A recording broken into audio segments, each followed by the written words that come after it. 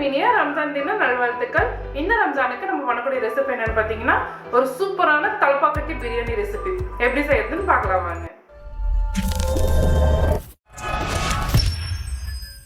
ஒரு பவுல்ல 1/2 kg சீரக சம்பா, இது வந்து 1/4 கப்புங்கிறதுனால 2 கப் சேர்த்துக்கிறேன். தலப்பாக்கட்டி பிரியாணியை எப்பயுமே சீரக சம்பால தான் செய்வாங்க. இப்போ இந்த அரிசியில ஒரு தடவை நல்லா தண்ணி ஊற்றி வாஷ் பண்ணிட்டு மறுபடியும் தண்ணி சேர்த்து ஒரு 1/2 மணி நேரத்துக்கு இதை நல்லா ஊற வச்சிடுங்க.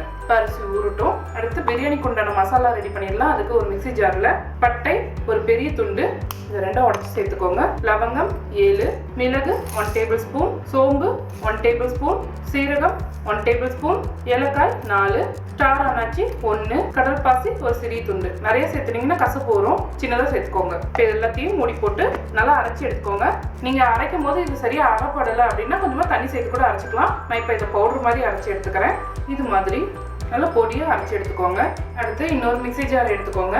அதுல சின்ன வெங்காயம் 20, பூண்டு 20 பல், இஞ்சி ஒரு பெரிய துண்டு, இதை வந்து நறுக்கி சேர்த்துக்கோங்க. இது மாதிரி பச்சை மிளகாய் 5, ஒரு கையளவு புதினா இலை, ஒரு கையளவு கொத்தமல்லி இலை. தலப்பாக்கட்டி பிரியாணியில வந்து 2 டைப் ஆஃப் மசாலா வரும். இப்போ வந்து இதை அரைச்சி எடுத்துக்கலாம். தேவைப்பட்டா கொஞ்சமா தண்ணி சேர்த்து இதை நல்லா அரைச்சி எடுத்துக்கோங்க. இது போல நல்லா பேஸ்ட் மாதிரி அரைச்சி எடுத்துக்கோங்க. இன்னைக்கு நான் தலப்பாக்கட்டி பிரியாணிக்கு எடுத்துக்கிற மீட் வந்து நாட்டுக்கோழி 3/4 kg எடுத்திருக்கேன். இதை நல்லா வாஷ் பண்ணி எடுத்து வச்சுக்கோங்க.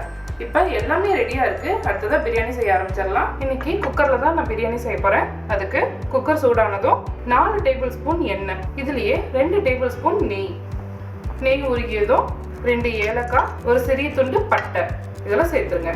பெரிய வெங்காயம் 3 நல்லா நீளமா கட் பண்ணி வச்சிருக்கேன். எல்லாத்தையும் உள்ள சேர்த்துருங்க. நல்லா ப்ரௌன் கலர் வர வரைக்கும் இதை நல்லா வதக்கிக்கோங்க. வெங்காயம் நல்லா வதங்கி வந்துச்சு. இந்த மாதிரி கலர்ல இருக்கணும். நல்லா ப்ரௌன் கலர்ல நறுக்கின புதினா ஒரு கையளவு, நறுக்கின கொத்தமல்லி இலை இந்த எண்ணெயிலே சேர்த்துருங்க. அப்போதான் இந்த பிரியாணியில ரொம்ப நல்லா ஃப்ளேவர் வரும். இந்த மாதிரி லைட்டாக மிக்ஸ் பண்ணதுக்கப்புறமா நம்ம அரைச்சி வச்சிருந்த வெங்காயம் இஞ்சி பூண்டு பேஸ்ட்டு அது எல்லாத்தையுமே உள்ள சேர்த்துருங்க. இது நல்லா பச்சை வாசனை போகிற வரைக்கும் வதக்கி எடுத்துக்கோங்க. நம்ம சேர்த்த வெங்காயம் இஞ்சி பூண்டு எல்லாமே நல்லா வதங்கிடுச்சு. அந்த கலரே மாறிடுச்சு பாருங்க. கிரீன் கலர் போய் லைட்டாக ப்ரௌன் கலர் வந்துடுச்சு. இப்போ இதில் நம்ம பொடி பண்ணி வச்சிருந்த அந்த பிரியாணி மசாலா பவுடர் அது எல்லாத்தையுமே உள்ள சேர்த்துருங்க. இப்போ இதை நல்லா மிக்ஸ் பண்ணி விட்டுக்கோங்க. இதை மிக்ஸ் பண்ணி விடும் போதே இதுலேருந்து வர ஸ்மெல் அடடா சூப்பராக இருக்குது. நல்லா 1 நிமிஷத்துக்கு எண்ணெயில் நல்லா மிக்ஸ் பண்ணிக்கோங்க. இந்த மாதிரி நல்லா மிக்ஸ் பண்ணிவிட்டு இதில் தயிர் 4 டேபிள் ஸ்பூன்.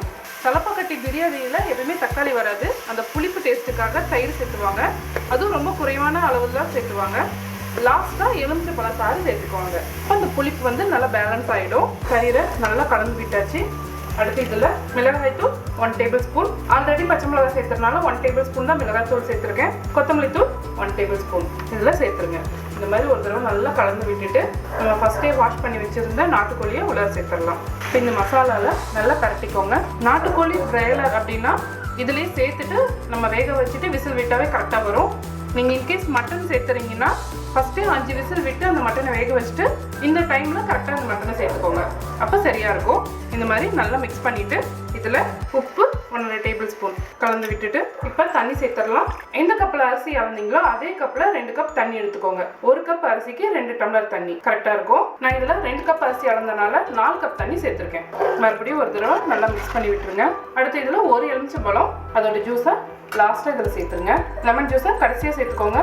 அப்போ தான் உங்களுக்கு அந்த கசப்பு வராது. இப்போ சேர்த்து விட்டுட்டு நல்லா கலந்து விட்டுருங்க. இந்த ஸ்டேஜில் நம்ம உப்பு சரி பார்த்துக்கலாம்.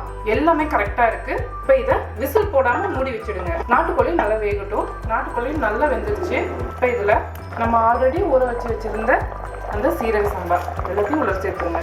தண்ணியை ஃபுல்லாக ட்ரை பண்ணிட்டு சேர்த்துக்கோங்க. அரிசி எல்லாத்தையும் சேர்த்துட்டு ஒரு தடவை மிக்ஸ் பண்ணி விட்டுருங்க. மறுபடியும் மூடி வச்சுட்டு விசில் போட்டுருங்க. சீரக சம்பாக்கு அதிக விசில் வரக்கூடாது. 2 விசில் வந்தோடனே இதை ஆஃப் பண்ணிடலாம். இப்போ 2 விசில் வந்துருச்சு. அடுப்பு ஆஃப் பண்ணிவிடுங்க. கம்ப்ளீட்டாக ஸ்டீமர் இறங்கட்டும். அதுக்கப்புறம் நம்ம ஓப்பன் பண்ணி பார்க்கலாம். ஸ்டீமர் ஃபுல்லாக அடங்கிருச்சு. இப்போ இதை ஓப்பன் பண்ணிடலாம். வாவ், ஒரு சூப்பரான பிரியாணி. குக்கரில் செஞ்சனால எண்ணெயெல்லாம் மேலே வந்துருச்சு. இப்போ லைட்டாக இதை பெரட்டி விடுங்க. எவ்வளோ உதிரியாக சூப்பராக வெந்திருக்கு பாருங்க. அவ்வளோனா நாட்டுக்கோழி கூட சூப்பராக வெந்திருக்கு. அவ்வளோதான், ஒரு சூப்பரான தலப்பாக்கட்டி நாட்டுக்கோழி பிரியாணி ரெடி.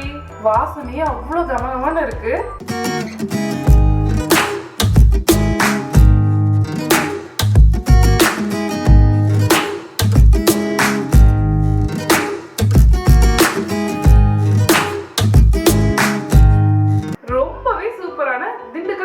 தலப்பாக்கட்டி நாட்டுக்கோழி பிரியாணி.